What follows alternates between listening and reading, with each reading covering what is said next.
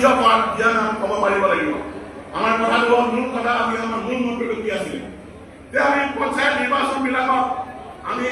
3 number পৰ্যায়ত আমি গ্ৰাম্য অঞ্চলত বহু এনেকুৱা ধৰণৰ ব্যক্তি আছে তেখেতসকলে সমাজ সেৱা কৰিব বিচাৰে কিন্তু তেখেতসকলে ভিত্তি নিৰ্বাচনটো নাপাতি বিশেষকৈ ৱাৰ্ড পৰ্যায়ত আজি আমি কি কৰিছো এনেধৰণৰ এটা আমি আজি পাৰ্টি বিনা আজি আমি নিৰ্বাচন আজি আয়োজন কৰিছে এইকাৰণে কৰা হৈছে চৰকাৰে এনেকুৱা এটা সিদ্ধান্ত এইকাৰণে লৈছে যে ভাল ভাল ব্যক্তিসকলৰ সমাজৰ তেখেতসকল আগবাঢ়ি আহক তেখেতসকলে ৱাৰ্ড মেম্বাৰ হিচাপে তেখেতে প্ৰথমতে প্ৰতিনিধিত্ব কৰে তেখেতসকলৰ ভিতৰতে এজন ভাল পঞ্চায়তৰ সভাপতি হিচাপে নিৰ্বাচন কৰক যাতে সমাজত কাৰণ 3 নম্বৰ পৰ্যায়ত এতিয়া পঞ্চায়ত পৰ্যায়ত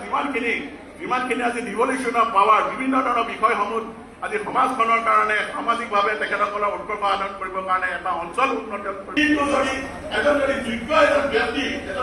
ব্যক্তি যদি পঞ্চায়ত সভাপতি হিচাপে আমি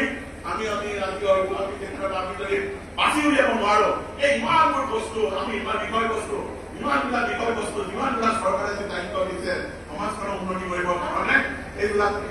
তেতিয়াহ'লে কেতিয়াও এইটো সম্ভৱ হৈ উঠিব তেনেধৰণকে চৰকাৰে ভাবিছিলে যে ভাবে যে এইবিলাক বস্তু এইবাৰ যোগেদি আমি সমাজখনত আমি আগবঢ়াই দিব পাৰিম গতিকে আমাৰ কৰিবলগীয়া কিন্তু আমাৰ বহুত আছে আমাৰ দায়িত্ব সকলোৰে আছে আজি প্ৰত্যেকজন নাগৰিকৰ আছে প্ৰত্যেকজন ভাৰতীয় জনতা পাৰ্টীৰ এজন কাৰ্যকৰ্তা হিচাপে সকলোৰে আজি কামত এটা ডাঙৰ আজি দায়িত্ব